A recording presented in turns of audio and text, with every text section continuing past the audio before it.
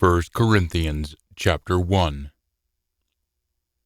This is from Paul, who has been called to be a dispatched envoy by the Anointed One, Jesus, because it was what Almighty wanted, and from our brother Sosthenes, to Almighty's group of called ones that is in Corinth, or in Achaia, South Greece, to those who have been purified through union with the Anointed One, Jesus, the called and pure ones, together with all those who in every place are continually appealing to the name of our Master Jesus, the Anointed One, their Master and ours.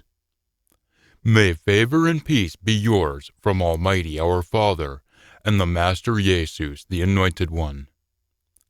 I am always thanking my Almighty about you for the favor that has been given to you by Almighty through your union with the Anointed One, Jesus.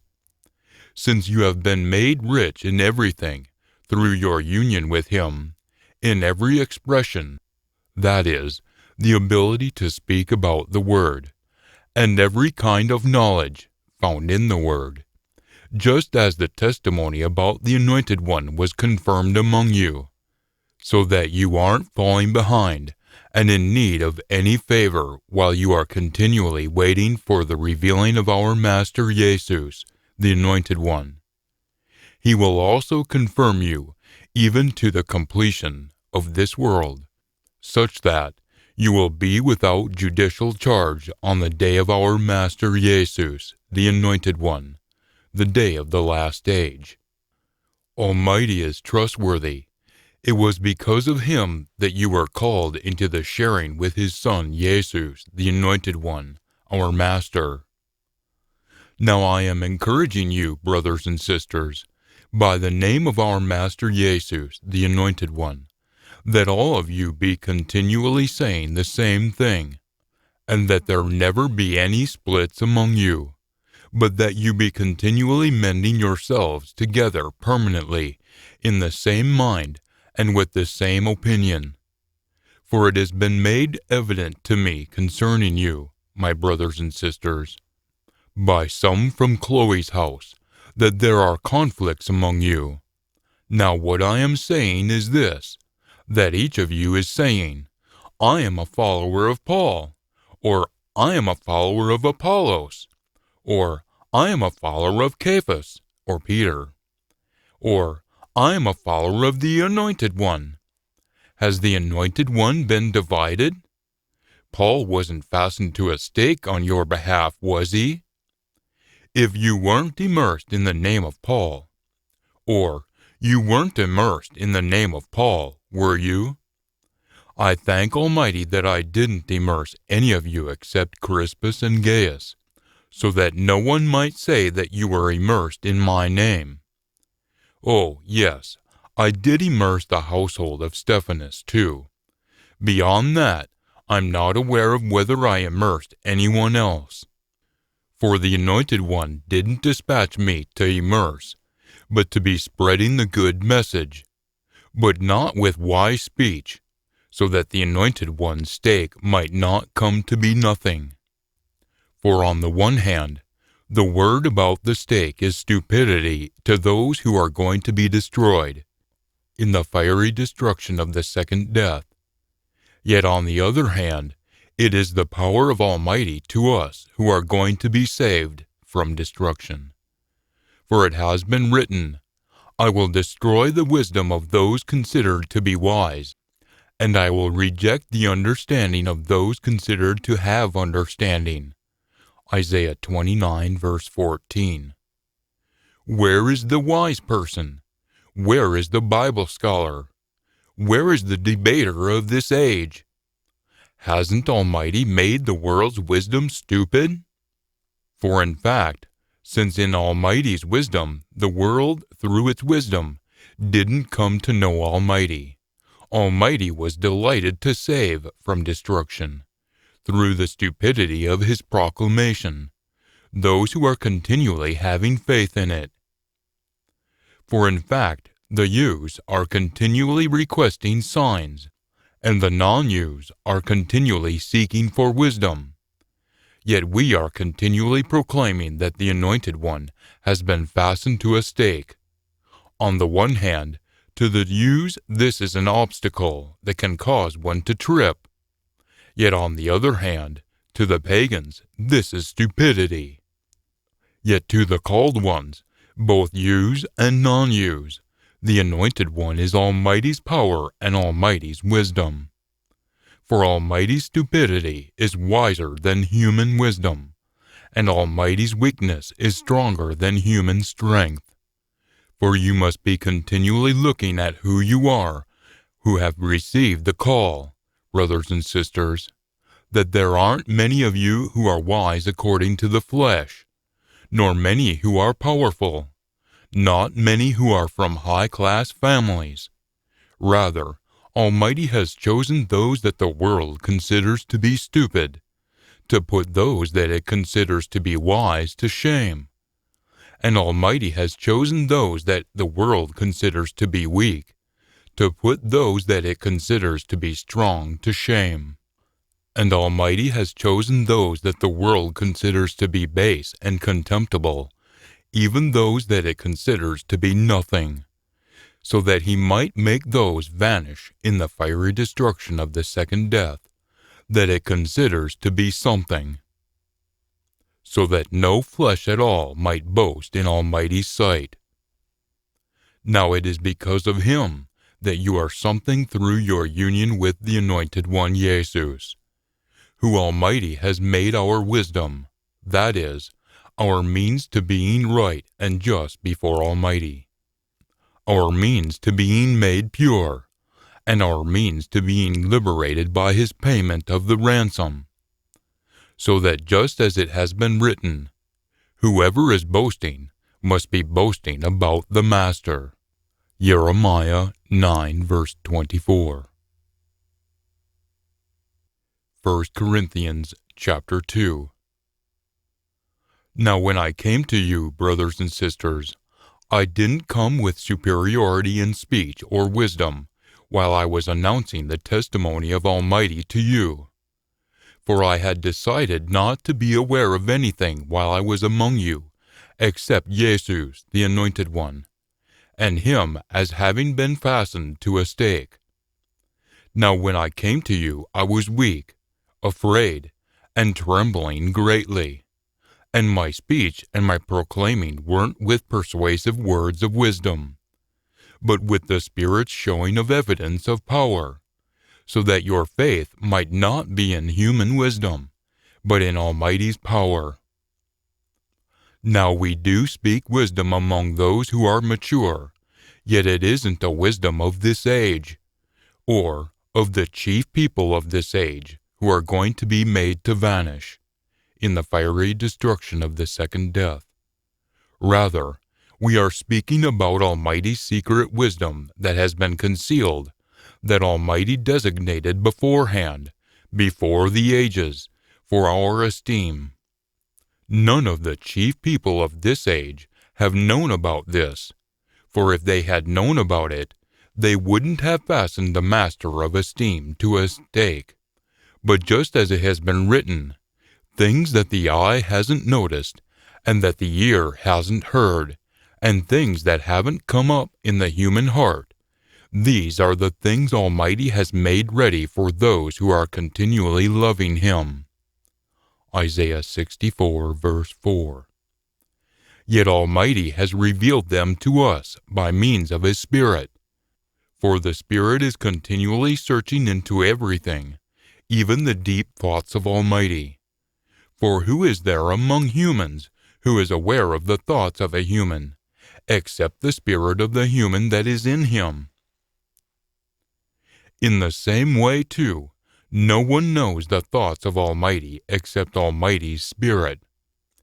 Now we haven't obtained the world's spirit, but the Spirit that is from Almighty, so that we might be aware of the things that have been given to us as a favor by Almighty. Now it is these things we are continually speaking about, not with words taught by human wisdom, but with those taught by the Spirit, since we are continually combining spiritual concepts with spiritual words. Now the human who is sensual or unspiritual isn't accepting the teachings of Almighty Spirit, for they are stupid to him, and he isn't able to know about them, because they are to be examined spiritually. Yet whoever is spiritual can examine or evaluate everything, while on the other hand, this person can't be examined or evaluated by anyone unspiritual. 1 Corinthians 5 verse 12, chapter 14 verse 29, and 1 John 4 verse 1. For who has known the mind of the Master? Who will figure out things for him? Isaiah 40 verse 13. Yet as for us, we have the mind of the Anointed One. 1 Corinthians chapter 3. So, brothers and sisters, I couldn't speak to you as spiritual persons, but as to fleshly persons, as to youngsters in the Anointed One. I gave you milk to drink, not solid food, because you weren't ready for it yet. No, you still aren't ready even now, because you are still fleshly persons. For since there is jealousy and conflict among you, aren't you continually being fleshly persons and walking in the ways of a human? For whenever someone says, I am a follower of Paul, and another, I am a follower of Apollos, aren't you being like ordinary humans? What is Apollos, anyhow? And what is Paul?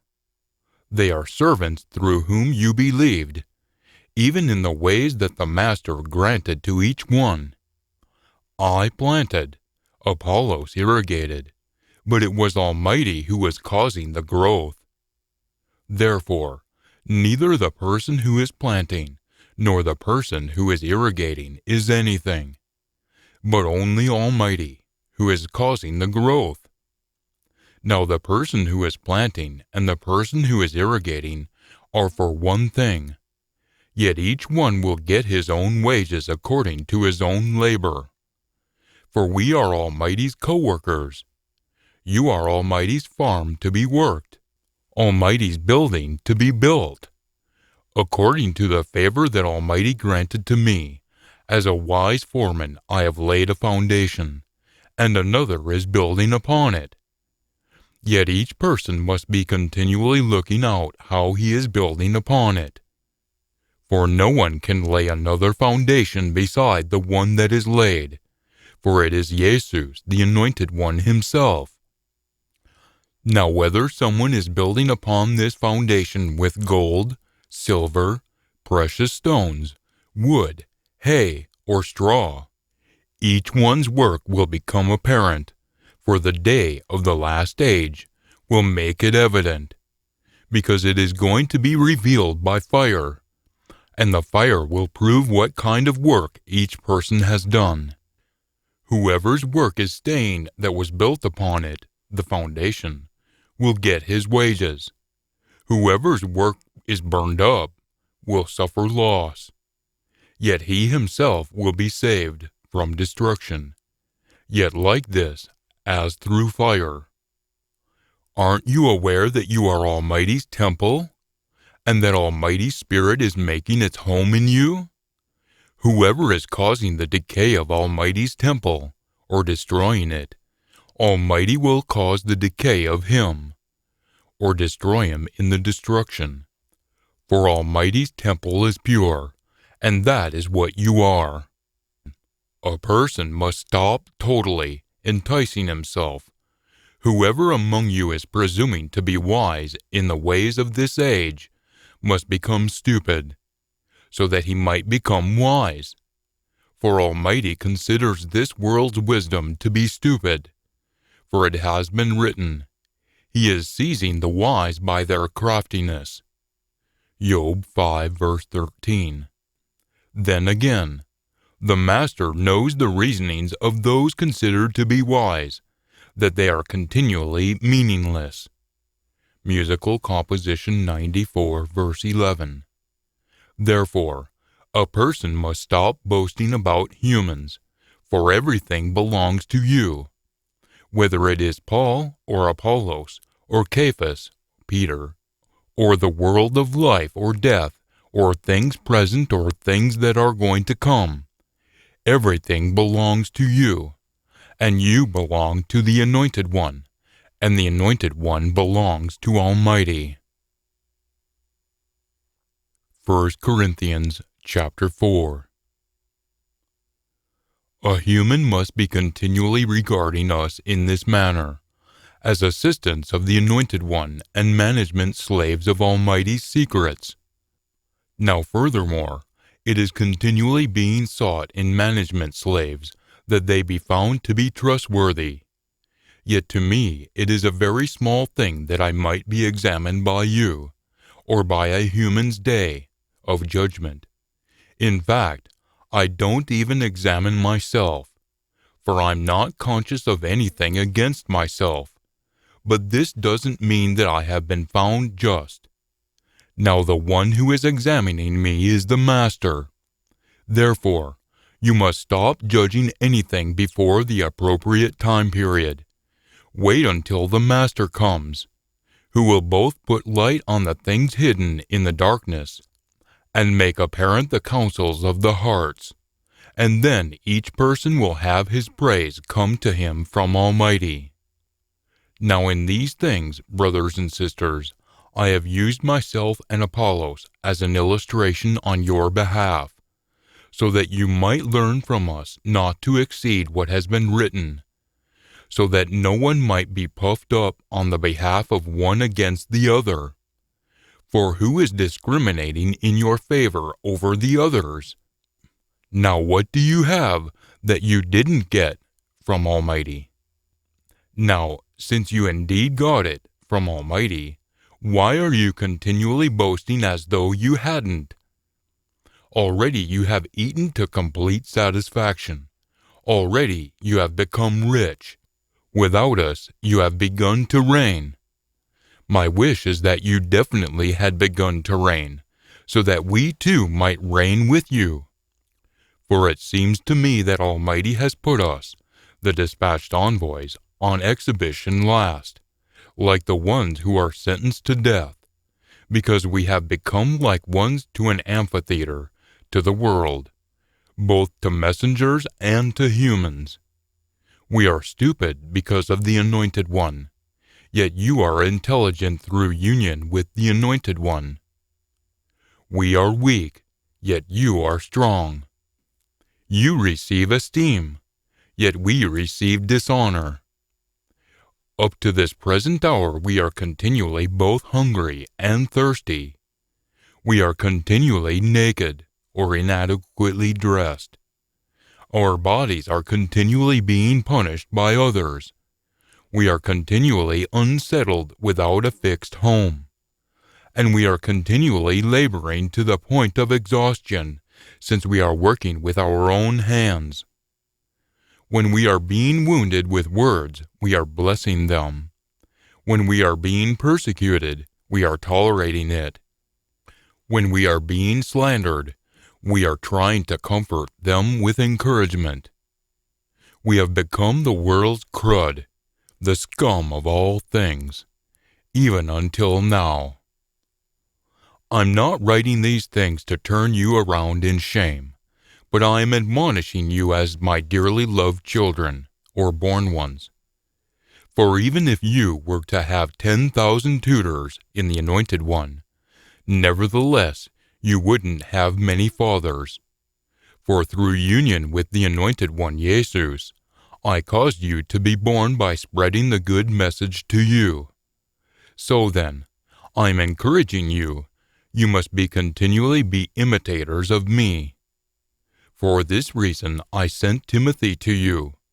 He is my dearly loved and trustworthy child, in connection with the Master. And he will remind you of the ways of living in union with the Anointed One, just as I am continually teaching everywhere, in every group of called ones. Now some have become puffed up, as though I weren't coming to you. Yet I will come to you shortly, if it is what the Master wants, and then I will become knowledgeable, not about the words of those who have become puffed up, but about their power to accomplish things.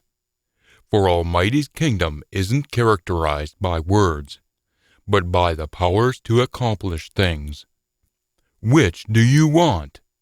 Shall I come to you with a rod, or with love and a spirit of gentleness? 1 Corinthians chapter 5. We actually are hearing that there is non-marital sexual intercourse among you, and non-marital sexual intercourse of a sort that doesn't even exist among the pagans, that someone has his father's wife. But since you have become puffed up, and still are, you haven't mourned instead, so that the person who has committed this act might be expelled from among you. For although I am absent in body, I am present in spirit, and have already judged the person who has produced this thing like this, as though I were present.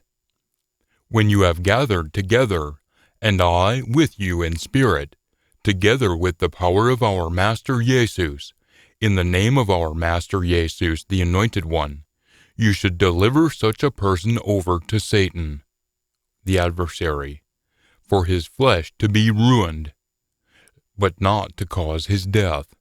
2 Corinthians 2 verse 7, so that his spirit might be saved from destruction on the day of the Master Jesus, the day of the last age. What you are boasting about isn't ideal. Aren't you aware that a little leavened dough leavens the whole lump? You must clean out the old leavened dough, so that you might be a fresh lump, just as you are free from leavening dough. For the Anointed One, our Passover lamb, has been sacrificed. Therefore, we should be continually keeping the festival of the unleavened biscuits, not with the leavened dough of old ways, nor with the leavened dough of badness and wickedness, but with the unleavened dough of sincerity and truth. I wrote to you in my letter not to be mingling with those who are having non-marital sexual intercourse. It positively didn't mean with those of this world who are having non-marital sexual intercourse, or those who are greedy and take things by force, or those who are idol worshippers, since to do that you would have to go out of the world. Yet it is a fact that I wrote to you not to be mingling with anyone who is being called a brother or sister, if that person is a person who is having non-marital sexual intercourse, or a person who is greedy, or a person who is an idol worshiper, or a person who wounds with words, or a person who is a drunkard, or a person who takes things by force. You shouldn't even eat at love feasts with such a person, because what responsibility do I have to judge outsiders or unbelievers? Isn't it those who are inside or believers that you are to judge? Now Almighty will judge the outsiders. You must expel the wicked person from among yourselves. 1 Corinthians chapter 6. When any one of you has a matter against another, does that person dare to be judged before the unjust people, or non-Christians, and not before the pure ones? Or aren't you aware that the pure ones will judge the world? Now, since the world is going to be judged by you, are you unworthy to make judgments about the smallest matters? Aren't you aware that you will judge messengers, not to mention affairs of this life? Yes, indeed. If you have judgment courts for affairs of this life, you would do better to have sit as judges those who are the most contemptible in the group of called ones, rather than outsiders. I am saying this to turn you around in shame. Is it like this that there isn't one wise person among you, who will be able to make a judgment between his brothers and sisters? Rather, brothers and sisters are suing brother and sister, and doing this before unbelievers. Yes, indeed, it is already an absolutely less desirable thing for you, that you have lawsuits with one another of you. Why don't you just rather let yourselves be injured? Why don't you just rather let yourselves be cheated? Rather, you are injuring and cheating others, and doing this to your brothers and sisters. Or aren't you aware that the unjust won't inherit a share of Almighty's kingdom? You must stop being led astray. Neither those who are having non-marital sexual intercourse, nor those who are idol worshippers, nor those who are having extramarital sexual intercourse, nor those who have a soft, self-indulgent way of life, or androgynes, nor those who are homosexuals, nor those who are thieves, nor those who are greedy, nor those who are drunkards, nor those who wound with words, nor those who take things by force will inherit a share of Almighty's kingdom. Now these are what some of you used to be, but you have bathed yourselves off. You have been purified. You have been justified through the name of the Master Jesus, the Anointed One, and by our Almighty Spirit. I am allowed to do all kinds of things, but not all of them are causing improvement. I am allowed to do all kinds of things, but I won't let myself be brought under the authority of any of them. Foods are for the belly, and the belly is for foods. Yet Almighty will discard both of these. Yet the body isn't for non-marital sexual intercourse, but for the Master, and the Master for the body. Now Almighty woke up the Master, and will also wake us up through His power. Aren't you aware that your bodies are parts of the Anointed One's body? So then, shall I take away the parts of the Anointed One's body and make them parts of the body of a woman who has non-marital sexual intercourse? May it not come to that. Or aren't you aware that whoever joins himself to a woman who has non-marital sexual intercourse is one body with her? For he is affirming, the two will be one flesh. Genesis 2, verse 24. Now whoever joins himself to the Master is one spirit with him. You must be continually running away from non-marital sexual intercourse. Every other thing done that is wrong, whatever a human might do, is outside the body. Yet whoever is having non-marital sexual intercourse is doing something that is wrong against his own body. Or aren't you aware that your bodies are temples of the pure Spirit that is in you, which you have from Almighty, and that you don't belong to yourselves? For you have been bought at a price. By all means, you must esteem Almighty with your bodies. 1 Corinthians chapter 7. Now concerning those things about which you wrote, it is ideal for a human to remain single. Yet because of so much non-marital sexual intercourse, each man must be having his own wife, and each woman must be having her own husband. A husband must be continually paying back to his wife what is owed to her, and a wife must also do likewise to her husband. A wife doesn't have authority over her own body. Rather, it is her husband who does. Likewise, a husband also doesn't have authority over his own body. Rather, it is his wife who does.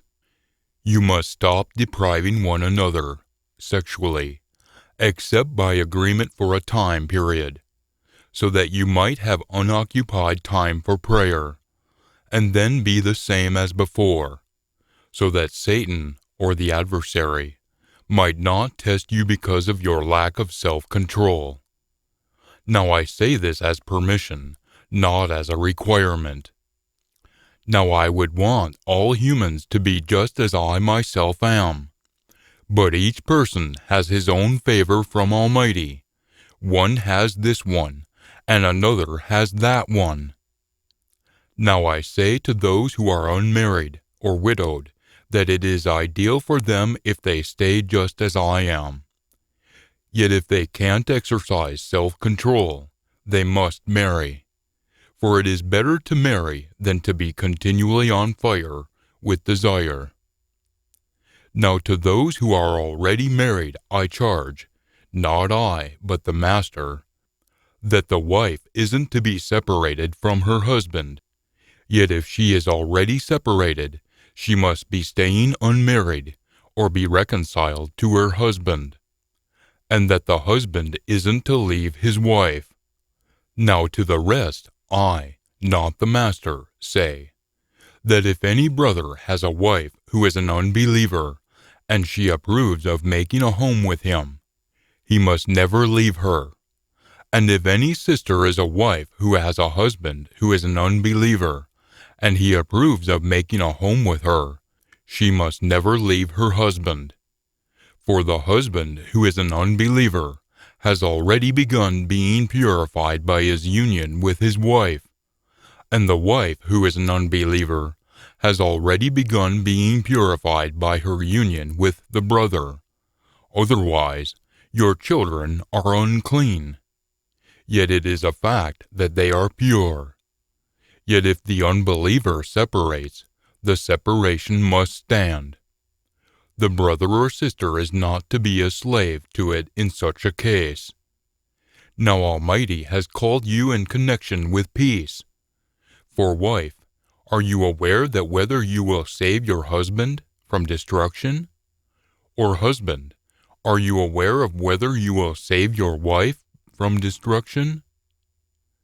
Only, as the Master has divided up to each person his share, as Almighty has called each person, this is how each person must be continually walking. Now this is what I am continually advocating in all of the groups of called ones. Was anyone already circumcised when he was called? He must stop desiring to be uncircumcised. Was anyone uncircumcised when he was called? He must stop desiring to be circumcised. Circumcision is nothing, and uncircumcision is nothing. But keeping Almighty's directions is what counts. Each person must be staying in whatever status he was called. Were you called as a slave? You must stop being troubled by it. But if you are able to become free, you must rather use this opportunity. For whoever was called to union with the Master as a slave is a person set free by the Master. Likewise, whoever is called while free is a slave of the Anointed One. You have been bought at a price. You must stop becoming slaves of humans. Brothers and sisters, each person must be staying before Almighty in the condition in which he was called. Now concerning virgins, I have no requirements from the Master. Yet I am giving my opinion as a person who is trustworthy, since mercy has been shown to me by the Master. So then, I am surmising that this ideal exists in view of the present torment, that it is ideal for a human to be just as he is. Are you tied to a wife?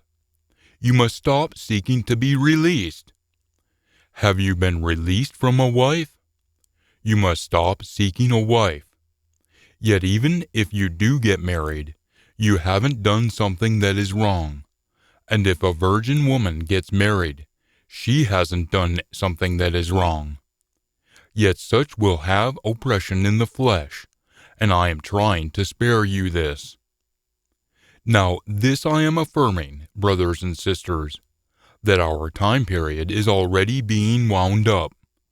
From now on, even those who have wives shall be like those who don't have them, and those who are weeping, like those who aren't weeping, and those who are rejoicing, like those who aren't rejoicing, and those who are buying things, like those who aren't holding on to things, and those who are using the world, like those who aren't making full sense of it. For the temporary form of this world is passing away. Now I want you to be free from concerns. An unmarried man is concerned about the things of the master, how he might please the master. Yet a married man is concerned about the things of the world, how he might please his wife, and his concern has come to be divided. Now an unmarried woman or a virgin woman is concerned about the things of the master, so that she might be pure in both body and spirit. Yet a married woman is concerned about the things of the world, how she might please her husband. Now I am saying this for your own improvement, not to throw a noose around your necks, but so that you might do what is respectable and very attentive with regard to the master without distraction. Now whoever is surmising that this isn't respectable for his virgin or daughter, if she gets past the flower of her youth, and that this is how it ought to occur, he must be doing what he wants. He isn't doing something that is wrong. They, or the daughter and the man she loves, must get married. Yet whoever stands settled in his heart, and who isn't being compelled, yet has the authority to do what he wants, and has decided this in his own heart, to be keeping his virgin or daughter, will do ideally.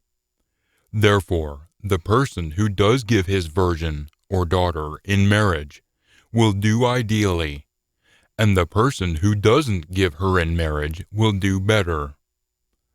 A wife is tied to her husband for as long as he lives. Yet if the husband has fallen asleep or died, she is free to marry anyone she wants, but only a man who is in union with the master. Yet in my opinion, she's going to be happier if she stays as she is, and I am presuming that I have Almighty Spirit in this. 1 Corinthians chapter 8. Now concerning meat that has been sacrificed to idols, we are aware that we all have knowledge. Knowledge is causing a person to be puffed up, yet love is causing a person to be built up.